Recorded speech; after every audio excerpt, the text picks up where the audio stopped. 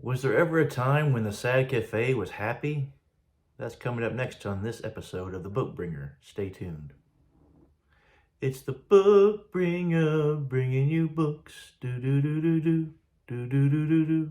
Welcome to The Book Bringer. Today's episode brings you The Sad Cafe by Carson McCullers. This is a very short novella really, and great writing here. As I said, the Sad Cafe was once a happy place, but not so now. Listen to how it is today. Yes, the town is dreary. The house of Miss Amelia leans so much to the right that it is now only a question of time when it will collapse completely, and people are careful not to walk around the yard. There is absolutely nothing to do in this town. Walk around the mill pond, stand kicking a rotten stump, figure out what you can do with an old wagon wheel by the side of the road near the church. The soul rots with boredom. You might as well go down to the Forks Falls Highway and listen to the Chain Gang. Very bleak picture and a gloomy picture of this town. It wasn't always that way, but it sure is now. And I like this picture here of the old wagon wheel by the side of the road. What are you going to do? You're bored. What can I do with a wagon wheel? I can kick a stump. There's nothing to do in this town. It's very sad. And what about Miss Amelia? What is her fate today? You can see that in the very first pages.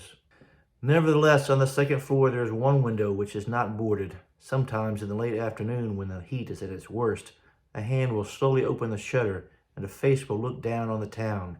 It is a face like the terrible dim faces known in dreams, sexless and white, with two gray crossed eyes, which are turned inward so sharply that they seem to be exchanging with each other one long and secret gaze of grief. How about that? Surely there were better times, and there are some better times, but what's remembered now is the sadness, and that's the title of the book, The Ballad of the Sad Cafe. I recommend this book to you, The Ballad of the Sad Cafe by Carson McCullers. It's a very short novella. Won't take you much time to read. It's only about 70 pages long, and just the writing in it is just magnificent. One of the main characters is Marvin Macy, and listen to this description about him. Any number of wicked things could be listed against him, but quite apart from these crimes, there was also about him a secret meanness that clung to him almost like a smell. Another thing, he never sweated, not even in August, and that surely is a sign worth pondering over. So there was something very bad about Marvin Macy. You have to read the novel to find out what happened.